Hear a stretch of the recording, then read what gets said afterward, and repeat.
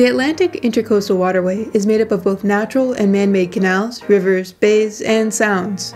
The waterway offers endless opportunities to experience art, culture, nature, and adventure. When you find the time to undertake the voyage yourself, here are a few suggestions for your trip.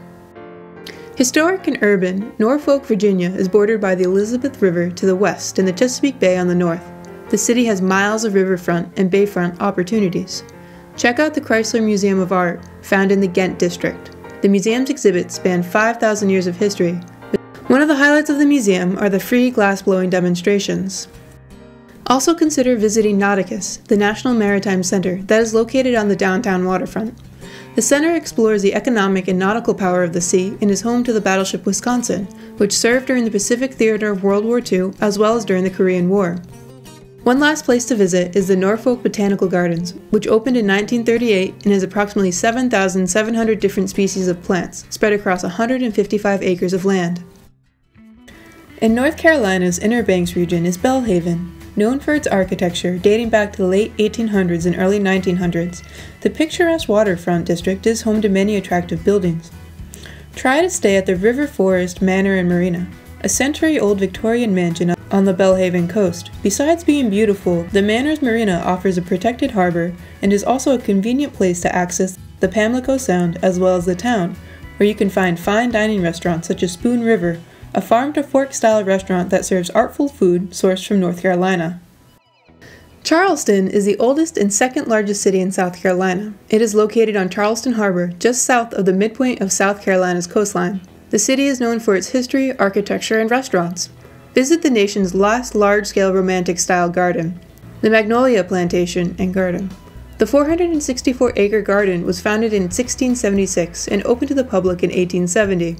Part of the plantation's mission is to preserve and promote heirloom species, as well as acknowledge the vital role of African Americans in South Carolina's history. The Gibbs Museum of Art is another recommended place to visit.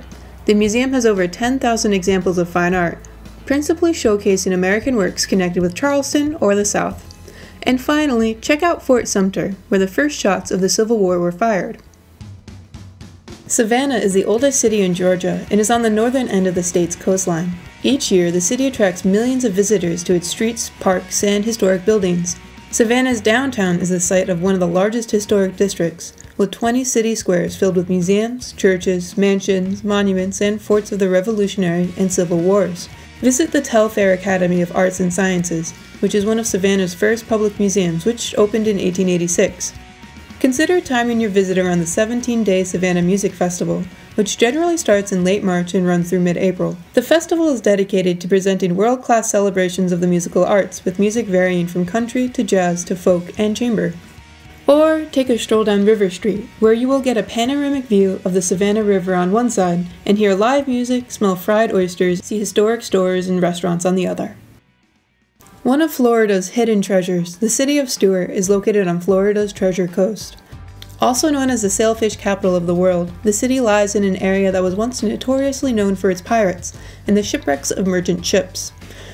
Aside from the beautiful beaches and endless opportunities to go fishing, there are plenty of opportunities to experience local culture and art. Definitely take time to visit the Lyric Theater in the heart of downtown. At this performing arts hub, you'll find live music performances that include dance, classic music, and jam bands, as well as art film showings.